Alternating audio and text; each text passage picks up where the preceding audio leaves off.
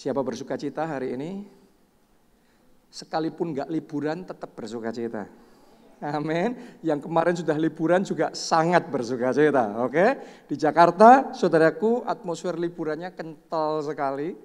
Ya, kayaknya orang sudah jenuh semuanya dan kepingin penyegaran, refreshing. Makanya kemarin kalau sudah baca di koran, ya, di news maksud saya, saudara bisa melihat puncak penuh, Bandung penuh, ya, mobil keluar dari Jakarta banyak sekali.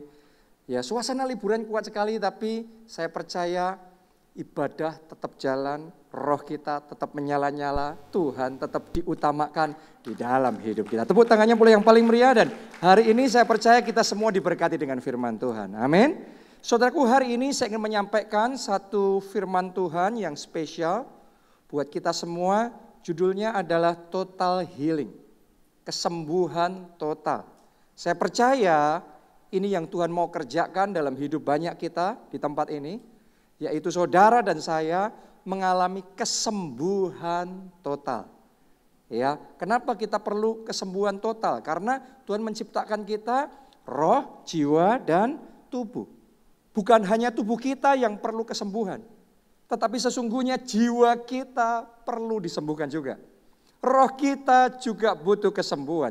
Jadi hati dan pikiran, saudara dan saya, kita lengkap secara keseluruhan. Kita butuh yang namanya total healing.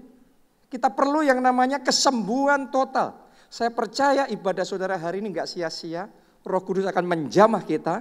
Roh Kudus akan memerdekakan kita. Roh Kudus akan memulihkan kita. Dan dia akan membawa kesembuhan total di dalam hidup kita. Ya, kenapa kita butuh disembuhkan? Karena kalau orang sakit, saudaraku, kita susah untuk maju. Orang sakit banyak hal dalam hidup kita akan terganggu dan terhalang. Banyak dampak-dampak yang negatif yang akan terjadi. Seperti yang sudah kita ketahui, sekian bulan ini dunia sedang bergulat dengan satu sakit penyakit, dengan satu virus yang namanya COVID-19. Ya, satu virus yang sangat kecil, yang bahkan tidak terlihat dengan mata jasmani saja, tetapi menimbulkan kerusakan yang begitu besar. Ya, kekacauan yang begitu besar. Kalau Anda perhatikan di seluruh dunia ada begitu banyak korban dari virus COVID-19 ini. Tapi kalau saya bisa ngomong sama saudara, lebih dari virus COVID-19, lebih dari virus sakit penyakit apapun secara jasmani yang bisa menginfeksi tubuh manusia, kita harus ngerti. Ada juga virus, ada juga masalah-masalah yang bisa timbul di dalam hati dan jiwa kita. Dan itu juga bisa mengakibatkan kerusakan yang lebih parah. Berapa banyak orang yang bermasalah dengan hatinya karena kekecewaan, karena sakit hati, karena iri hati, ya, karena dendam, dan berbagai macam hal yang lain. Akhirnya hidupnya menderita. Akhirnya kehilangan sukacita. Akhirnya pernikahannya tidak bisa bahagia. Akhirnya selalu hidup di dalam pergumulan, selalu merasa sangat susah, sangat menderita. Akhirnya tidak bisa memenuhi tujuan hidupnya di dalam kehidupannya. Tujuan hidup Tuhan di dalam kehidupannya. Jadi hari ini kita semua perlu mengalami pemulihan. Setiap orang, saudaraku, selalu ada hal-hal tertentu di dalam hidup kita yang perlu untuk dipulihkan. Jadi iman saya, deklarasi profetik kita, ya, hari ini pemulihan total terjadi dalam hidup kita. Kesembuhan total terjadi dalam hidup kita. Roh, jiwa, tubuh kita dipulihkan sepenuhnya oleh Roh Kudus. Apakah saudara siap? Ya, apakah saudara siap? Amin. Nah, saudaraku, orang kalau terpapar virus, ya, terutama tahun ini kita kenal sekali dengan istilah OTG. Orang tanpa gejala. Jadi ternyata sama-sama kena virus. Ada dua. Yang satu bisa muncul gejalanya, langsung kelihatan nih sakit nih. Tapi yang satunya lagi gak kelihatan gejalanya. Sepintas kayaknya fine-fine, baik-baik saja. Tetapi sebenarnya ada virus di dalam diri orang tersebut. Benar apa tidak? Ya, demikian pula dengan masalah di dalam jiwa.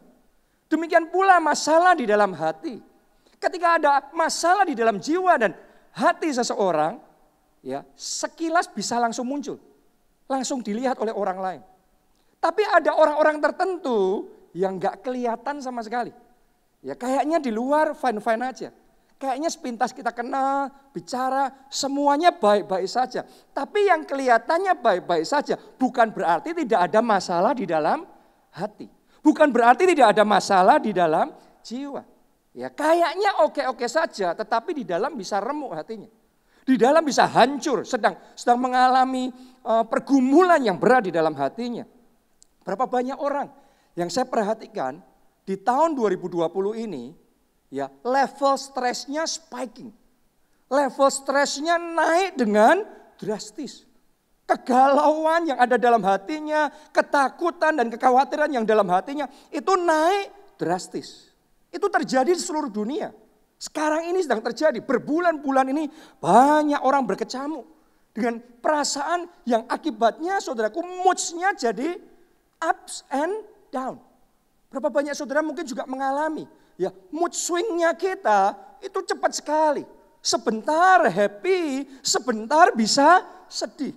Ya, dan rasanya sebagian orang lagi merasakan ya jadi cepat capek. Ada enggak di sini yang ngerasain ada apa sedikit cepat capek, ngelakuin apa sedikit kita heran. Kenapa ya?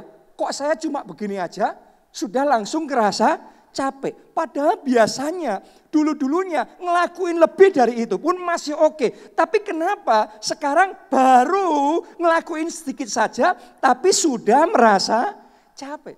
Saudara harus mengerti, itu adalah gejala-gejala yang muncul ketika ada masalah di dalam hati seseorang. Ketika ada masalah di dalam jiwa seseorang. Sebagian orang lagi, saudaraku kadang-kadang muncul gejalanya adalah gampang amarahnya meledak, tidak terkontrol.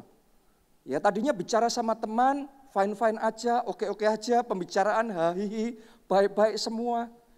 Tiba-tiba bisa meledak emosinya. Tiba-tiba marahnya tidak terkendali. Itu gejala kalau masih ada masalah di dalam hati yang butuh untuk dipulihkan. Ada sebagian orang yang sering mimpi buruk.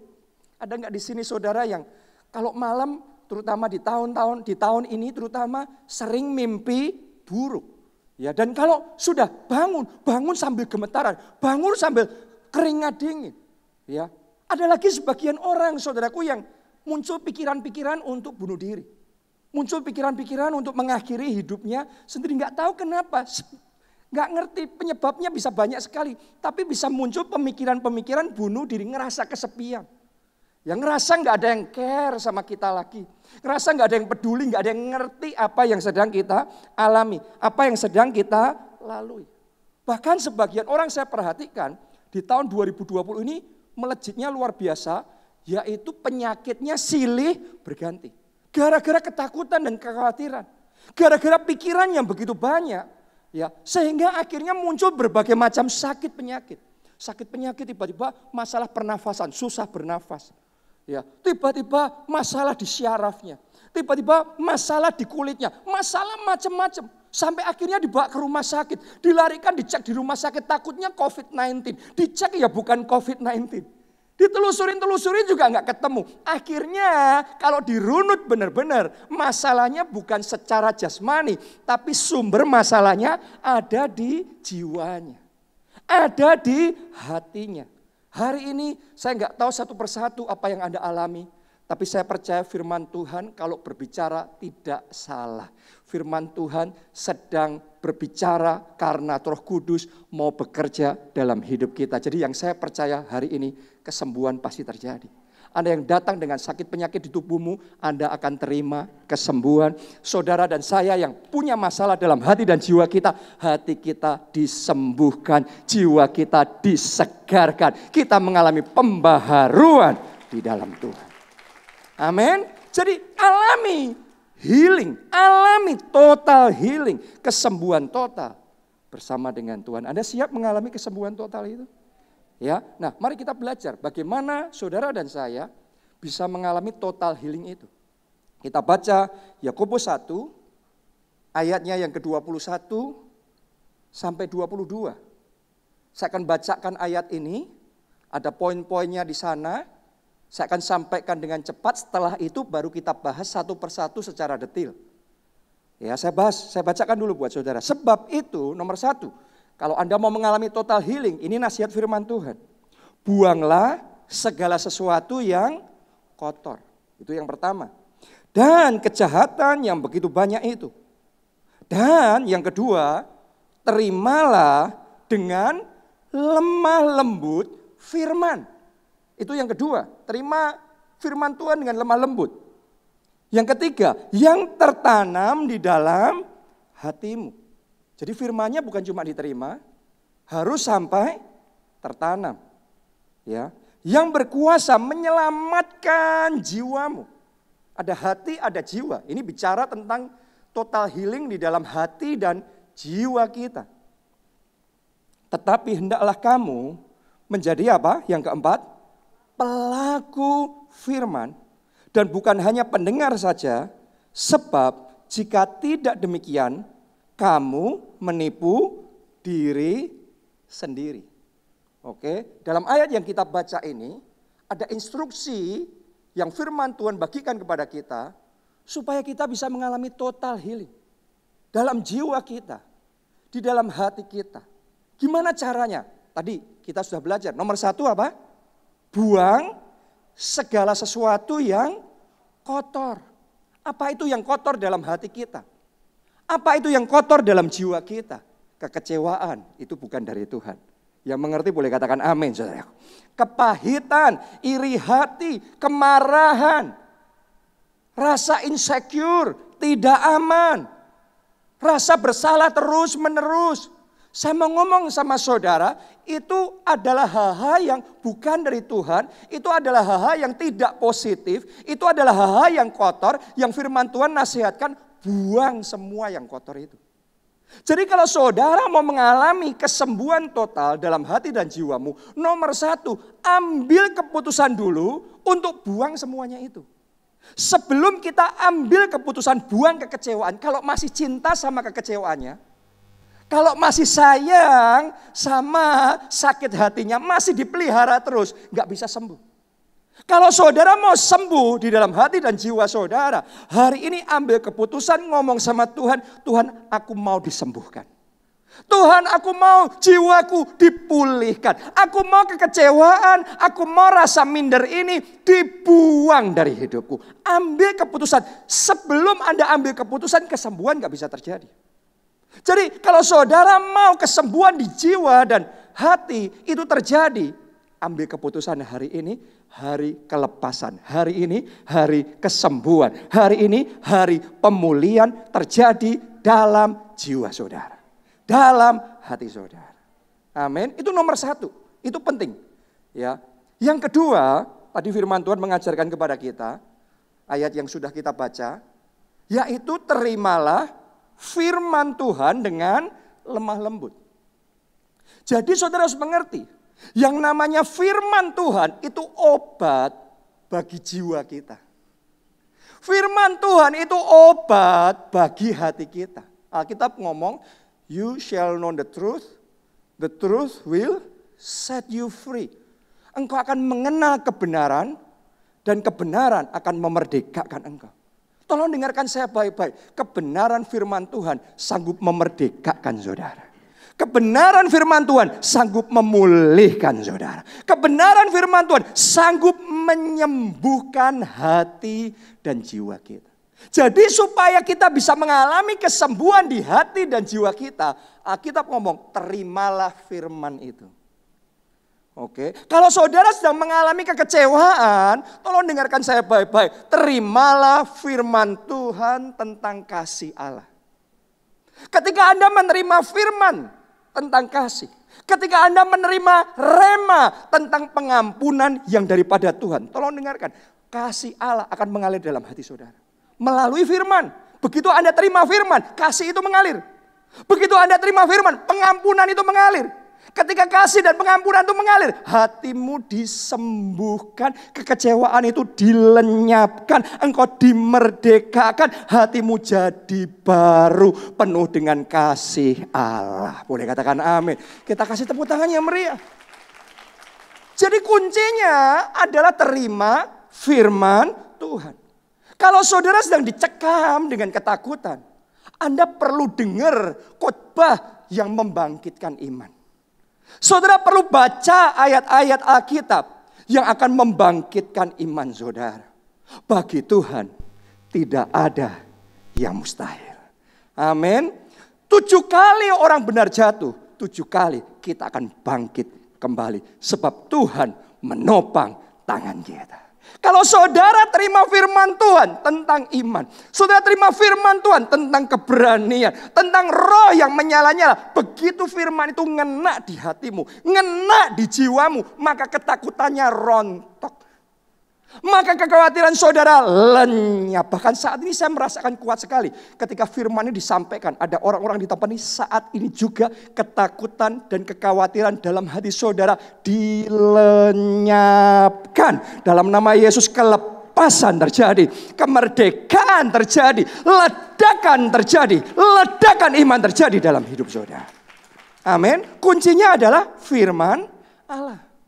Kalau saudara terikat dengan ikatan-ikatan dosa tertentu. Kalau saudara ada yang kecanduan dengan narkoba atau obat-obatan terlarang. Saya mau ngomong sama saudara, kalau Anda mau sembuh, Anda mau bebas, kuncinya firman Allah. Karena firman Allah sanggup memerdekakan saudara. Jadi terimalah firman Tuhan tentang kelepasan. Terimalah firman Tuhan tentang kemerdekaan. Kalau engkau hidup di dalam dosa, engkau mau lepas, engkau ambil keputusan lepas dari dosa itu. Terimalah firman Tuhan tentang kekudusan. Terimalah firman Tuhan tentang integritas. Terimalah firman Tuhan tentang ketulusan. Karena firman Tuhan itu punya power. Ini bukan cuma kata-kata biasa. Ketika engkau terima kata-kata firman Tuhan ini, kata-kata ini punya kuasa. Ikatan dosa yang selama ini membuat saudara jatuh bangun. Terus Anda merasa tidak berdaya. Begitu Anda terima firman Allah akan mulai bekerja, kuasanya akan mulai bekerja. Maka ikatan itu dipatahkan sampai di satu titik, bang! Mujizat terjadi, kelepasan terjadi. Firman Tuhan mengkuduskan saudara. Firman Tuhan meluruskan jalan hidup saudara. Firman Tuhan membawa kemerdekaan total di dalam hidup saudara. Kuncinya adalah firman Tuhan. Jadi firman Tuhan itu powernya besar sekali. Dan itu berlaku di segala sisi. Ya, termasuk di urusan jasmani. Termasuk di urusan sakit penyakit dalam tubuh saudara. Lihat cara Yesus menyembuhkan gimana. Yesus ngomong dengan sepatah kata saja, maka yang sakit disembuhkan. Jadi saudara jangan berpikir bahwa itu cuma kata-kata biasa yang kosong. Anda harus mengerti firman Allah itu hidup dan berkuasa. Ketika kata-kata itu dilepaskan, firman itu dilepaskan, maka yang lumpuh berjalan. Maka yang buta melihat, yang kusta disembuhkan. Saya mau ngomong, ketika firman Allah dilepaskan, semua kecanduan, keterikatan, hal-hal yang negatif dilepaskan. Anda dimerdekakan, kemenangan terjadi dalam hidup saudara. Jadi ada kuasa di dalam firman Tuhan. Ketika firman Tuhan dilepaskan, Anda harus mengerti firman Tuhan itu sangat powerful. Bahkan belenggu hutang bisa dipatahkan. Oke, kutuk bisa dihancurkan. Anda bisa mengalami kemerdekaan. Ngalami kelepasan, bahkan kemerdekaan keuangan, tingkap-tingkap langit bisa dibukakan, berkat bisa dicurahkan sampai berkelimpahan. Katakan amin, tepuk tangannya yang meriah buat Tuhan kita.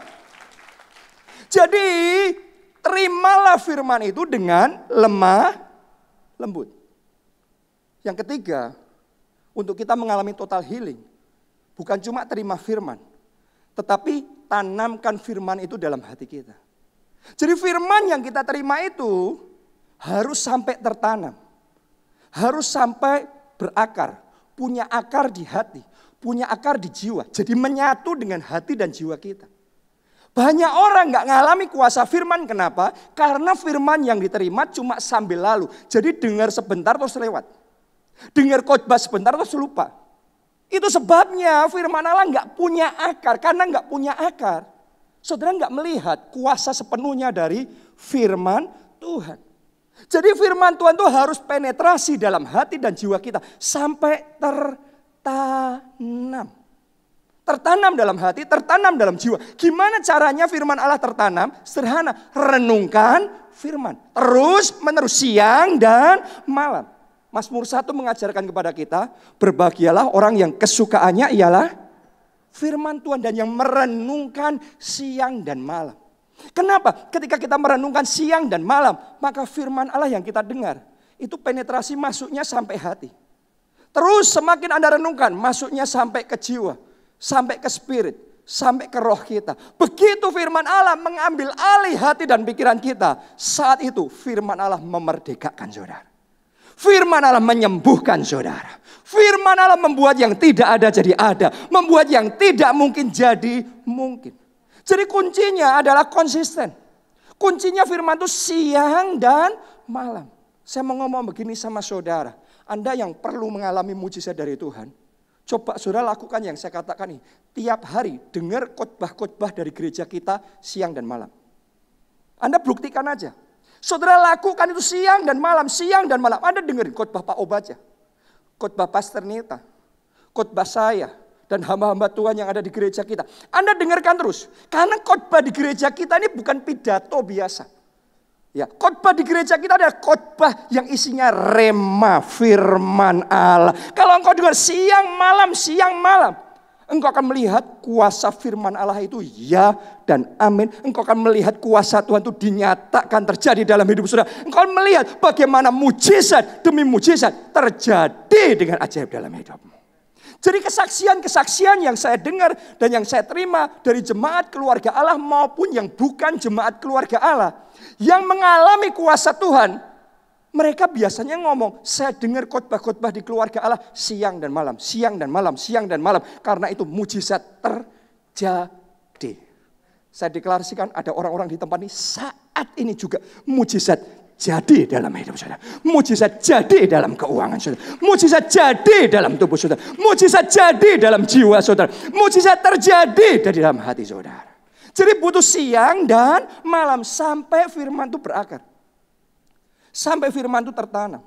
Yang keempat, yang terakhir, yaitu menjadi pelaku firman.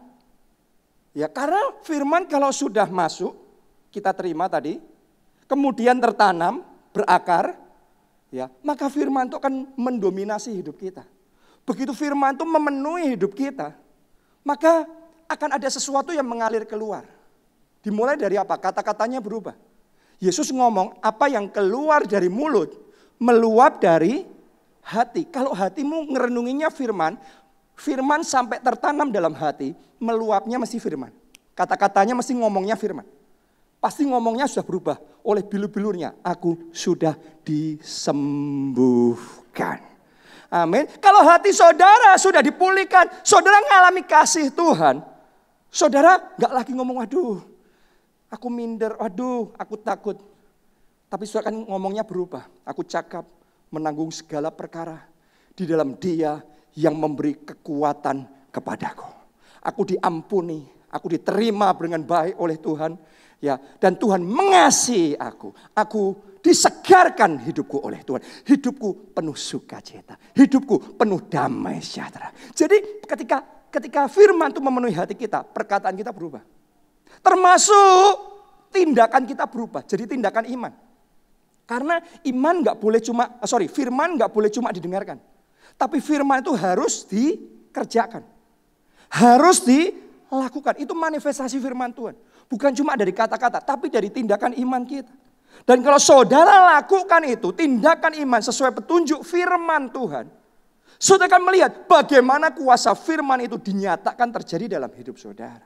Saya percaya hari ini, sementara firman Allah dibagikan, Roh Kudus sudah mulai bekerja, menjamah hati yang terluka, menghancurkan semua keterikatan dosa, semua kecanduan, melenyapkan beban yang ada di hati saudara. Mulai saat ini juga Roh Kudus memerdekakan. Semua letih lesu dilenyapkan. Kesegaran dari Tuhan diimpartasikan. Anda disegarkan, Anda dibaharui, Anda dipulihkan, Anda disembuhkan. Amin. Lebih meriah lagi buat Tuhan kita yang luar biasa. Nah, saya bacakan dari Keluaran 15 ayat 22 dan seterusnya, kisah tentang bagaimana bangsa Israel mengalami kuasa firman Tuhan ini. Ya, mengalami kesembuhan total ini. Saya bacakan, Musa menyuruh orang Israel berangkat dari Laut Teberau, lalu mereka pergi ke padang gurun Syur. 3 hari lamanya mereka berjalan di padang gurun itu dengan tidak mendapat air. Namanya padang gurun. Jadi mereka tidak mendapat air. Berapa lama? 3 hari. Berarti persediaan air mereka sudah menipis. Berarti mereka minumnya sangat sedikit. Atau mungkin sudah sehari 2 hari mereka tidak minum air. Artinya mereka dalam keadaan yang sangat haus. Ya, saudara harus ngerti ini konteksnya karena sudah 3 hari ini. Ayat 23. Sampailah mereka kemana? Marah. Tetapi mereka tidak dapat meminum air yang di Marah itu karena pahit rasanya. Itulah sebabnya dinamai orang tempat itu Marah. Ya, coba Anda bayangkan. Ditulis orang Israel nggak bisa minum air di situ karena apa? Pahit. Orang Israel sudah kehausan 3 hari nggak dapat air. Kalau pahitnya cuma sedikit, saya yakin cuek dah. Namanya orang kehausan. Tapi orang yang super kehausan tidak bisa minum air yang di Marah itu, pastilah airnya sangat pahit. Sampai tidak bisa diminum oleh manusia. Nah, sekarang kita akan belajar bagaimana cara Tuhan menyembuhkan air yang pahit sehingga jadi manis. Hari ini semua air yang pahit akan diubah jadi manis. Hari ini semua hati yang pahit akan Tuhan buat jadi manis. Hari ini semua jiwa yang pahit akan disembuhkan jadi manis. Hari ini semua pernikahan, semua hubungan, semua keluarga, hubungan keluarga yang pahit, Tuhan akan sembuhkan dan akan jadi manis kembali. Apakah Anda siap? Haleluya. Mari kita lihat cara Tuhan menyembuhkan yang pahit jadi manis. Ayat 24. Lalu bersungut-sungutlah bangsa itu kepada Musa. Kata mereka, apakah yang akan kami minum? Musa berseru-seru kepada Tuhan. Dan Tuhan menunjukkan kepadanya apa? Sepotong kayu. Musa melemparkan kayu itu ke dalam air. Perhatikan saudaraku. Lalu air yang pahit itu menjadi manis. Di sanalah diberikan Tuhan ketetapan-ketetapan dan peraturan-peraturan kepada mereka. Dan di sanalah Tuhan mencoba mereka. Jadi gimana caranya Tuhan menyembuhkan air yang pahit sehingga bisa jadi manis? Tuhan ngasih rema sama Musa. Remanya apa? Sepotong kayu. Lemparkan itu ke dalam air. Dan ketika rema itu diterima oleh Musa dan kemudian dia lemparkan kayu itu ke dalam air, maka Alkitab mencatat begitu saja terjadinya, yang pahit jadi manis. Tolong dengarkan baik-baik saudaraku. Sepotong rema saja dari Tuhan sanggup menyembuhkan hati saudara. Sepotong rema saja dari Tuhan sanggup memulihkan pernikahan saudara. Sepotong rema saja dari Tuhan sanggup mengubahkan hati dan jiwa kita yang pahit jadi manis. Ini kuasa di dalam firman Tuhan. Karena rema itu punya kuasa yang besar. Anda ketika mendengarkan firman Tuhan hari ini, tolong dengarkan baik-baik. Sepotong rema saja Anda terima. Satu kata saja dari Tuhan Anda terima melalui khotbah hari ini. Hatimu akan dibaharui. Jiwamu akan disegarkan. Yang pahit dari hidup kita akan dibuat jadi manis. Saya merasakan ada orang di sini yang ketika saya ngomong itu tadi, ya, saya merasakan ada orang yang merasa hidupnya selama ini pahit terus. Pengalaman dalam hidupmu pahit terus.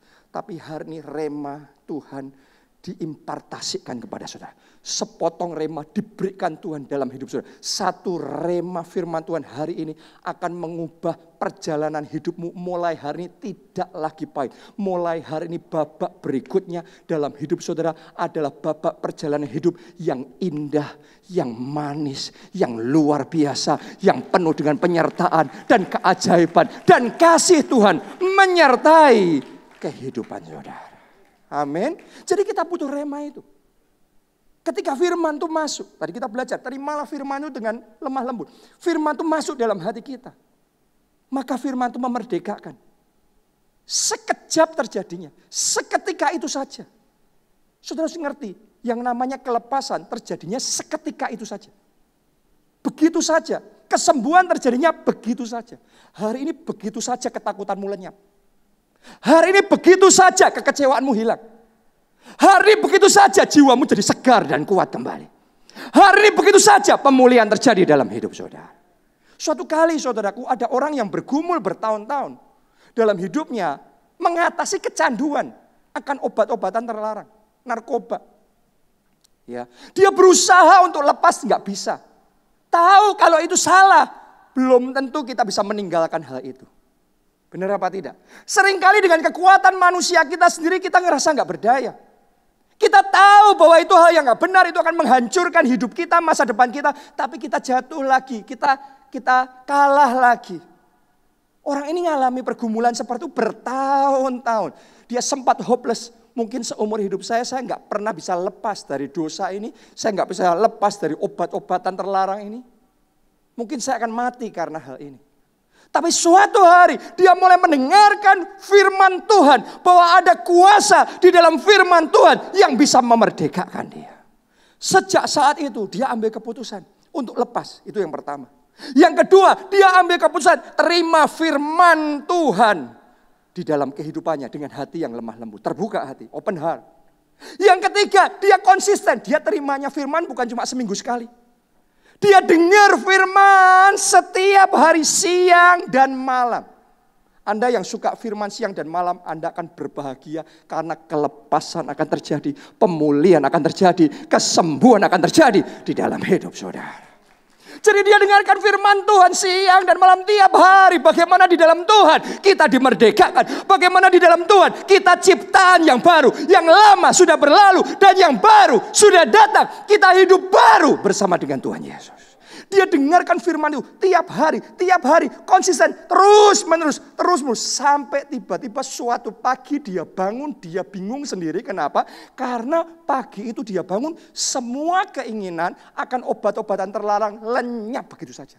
Dari sejak hari itu sampai sekarang sudah bertahun-tahun ditawarin pun nggak ingin lagi. Karena itu nggak jatuh lagi dalam dosa. Dia mengalami kemerdekaan sejati di dalam Tuhan. Karena kuasa firman Tuhan.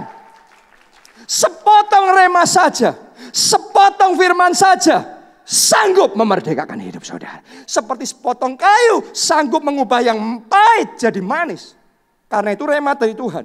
Hari ini kemerdekaan terjadi dalam hidup saudara. Saya mengalami juga hal itu. Di awal tahun ini. Ketika pandemi mulai melanda di seluruh dunia. Awalnya saya fine-fine aja. Ya. Akan tetapi tiba-tiba saya shock. Karena tiba-tiba negara kita dan berbagai negara di seluruh dunia di lockdown. Anda masih ingat bulan Maret, April ya. Ketika di lockdown saya kaget. Itu nggak pernah terjadi, nggak pernah kita alami sebelumnya. Di dalam sejarah perjalanan gereja pun nggak pernah ngalami bagaimana rumah ibadah di seluruh dunia sampai ditutup. Nggak bisa ibadah secara onsite seperti ini. Ya, itu syok. Dan saudara harus ngerti, orang kalau dalam keadaan syok, itu sangat rentan terima informasi apapun akan disamber, akan diterima. Ya. Dan pada saat itu karena kita kaget, kita baca berita, semakin kita baca berita, semakin ketakutan kita. Semakin kita baca berita, semakin kita kayak apa ya? Dicekam dengan atmosfer, dengan suasana yang sangat menakutkan sekali. Anda kalau masih ingat di bulan-bulan seperti itu. Ya, saya kalau nengok ke belakang sekarang, saya jadi ngerasa waktu itu saya benar-benar dicekam dengan ketakutan. Sehingga saya jadi kayak pribadi yang berbeda. Saya jadi kayak berpikirnya nggak rasional. Melakukan hal-hal yang tidak rasional, yang dalam situasi normal nggak bakal kita lakukan. Tapi gara-gara orang lagi shock, semua informasi kita telan mentah-mentah. Ya, kemudian kita melakukan hal-hal yang irasional. Yang kalau saya ngelihat ke belakang waktu itu saya ketawa sama diri saya sendiri. Karena konyol sekali yang saya lakukan. Ya, dan saya benar-benar dicekam, saya benar-benar selama 3 bulan, 4 bulan saudaraku, nggak ketemu siapapun juga. Nggak mau ketemu sama saya mengurung diri di rumah, saya jagain, saya Kenapa? Karena dicekam dengan roh ketakutan. Tapi sampai di satu titik, saya mulai mengevaluasi diri saya. Kayaknya ada yang nggak benar. Kayaknya karena Yesus ngomong dari buahnya kamu bisa tahu pohon itu baik apa tidak baik. Kok buah-buah yang saya hasilkan dalam hidup saya adalah roh ketakutan. Padahal Roh Kudus tidak memberikan roh yang mendatangkan ketakutan. Tapi yang Tuhan berikan roh yang mendatangkan kekuatan. Saya mulai mengevaluasi, ada yang salahin. Akhirnya saya ambil keputusan, saya berhenti, saya melimit, membatasi, mendengarkan berita-berita macam-macam ini itu dan lain sebagainya. Saya mulai mengisi diri saya dengan firman Tuhan. Siang dan malam saya menenggelamkan diri saya dengan firman Tuhan. Isinya cuma Alkitab. Isinya dengar firman. Hari demi hari firman itu mulai masuk dalam spirit saya. Firman itu mulai masuk kembali dalam hati saya. Dan ketika kita dengar firman, Alkitab ngomong iman timbul dari pendengaran akan firman. Ketika iman timbul. Itu enggak langsung saya butuh waktu. Tapi iman timbul. Sampai di satu titik, tiba-tiba hari itu saya bangun. Bam! Terjadi begitu saja. Saya bisa merasakan roh ketakutan itu digugurkan, rontok begitu saja. Dan setiap hari saya ketemu sama istri saya, sama Pak Obaja, karena waktu itu saya di Solo. Ya, kita sharing. Hari itu ketika saya sharing, mereka kayak kaget. Kok hari ini kamu beda sekali? Kok hari ini perkataanmu sudah berubah sama sekali. Sejak hari itu sampai sekarang. Benar-benar saya bersaksi sama saudara. Saya sudah dimerdekakan dari semua roh ketakutan. Saya mengalami kebebasan penuh. Iman saya bangkit. Dan kemerdekaan sejati terjadi. Jadi saya mau ngomong sama saudara yang sedang dicekam dengan roh ketakutan. Hari ini juga roh ketakutan dihancurkan. Dirontokkan, digugurkan. Mulai hari iman dibangkitkan, keberanian dibangkitkan, roh yang menyala-nyala dikobarkan di dalam roh saudara. Tepuk tangannya pula yang paling meriah buat Tuhan. Dan itu pekerjaan Roh Kudus. Itu karya Roh Kudus melalui firman Tuhan. Amin. Haleluya. Saya lanjutkan saudaraku. Ya, kalau saudara sudah dimerdekakan dengan firman Tuhan, ya, saudara mengalami kesembuhan total, yang pahit jadi manis. Anda berkemenangan, dan saya percaya banyak orang berkemenangan hari ini. Saya merasakan kuat sekali di hati saya, banyak roh ketakutan dihancurkan. Ledakan iman terjadi. Saya merasakan kekecewaan dan kepahitan dilenyapkan dari hati saudara. Mulai hari hatimu penuh dengan kasih Tuhan, penuh dengan sukacita, penuh damai sejahtera, penuh pengampunan. Hati saudara dibaharui, jiwa saudara disegarkan. Kalau hari ini kesembuhan itu terjadi dalam hidupmu, tolong dengarkan saya. Babak berikutnya yang akan Tuhan kerjakan dalam hidup saudara. Dari marah, Tuhan akan bawa saudara sampai ke Elim. Oke, saya bacakan ayat terakhir.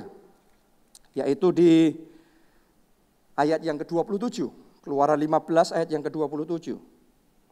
Pemain musik boleh maju ke depan. Sesudah itu sampailah mereka di Elim. Semuanya katakan Elim. Di sana ada apa? 12 mata air dan 70 pohon korma. Lalu berkemahlah mereka di sana, di tepi air itu. Tadinya waktu sampai di Mara, yang mereka dapatkan air yang pahit, yang gak bisa mereka minum. Tapi ketika pemulihan terjadi, kesembuhan terjadi, Tuhan bawa mereka pindah dari Mara ke Elim. Hari ini ada orang-orang di sini yang nangkep sepotong rema ini. Tuhan bawa hidup saudara masuk ke Elim. Babak yang berikutnya yang saat ini sedang dimulai dalam hidup saudara adalah masuk ke Elim. Amin. Apa itu Elim? Alkitab ngomong. Di Elim ada 12 mata air. Wow. Yang buat bangsa Israel mereka bisa minum, bisa nikmati dan sangat menyegarkan jiwa mereka. Kalau hati saudara sudah disembuhkan, jiwamu sudah dipulihkan, 12 mata air akan mengalir dalam hati saudara. Mata air sukacita, mata air damai sejahtera, mata air kelemah lembutan, mata air murah hati akan mengalir dalam hati saudara.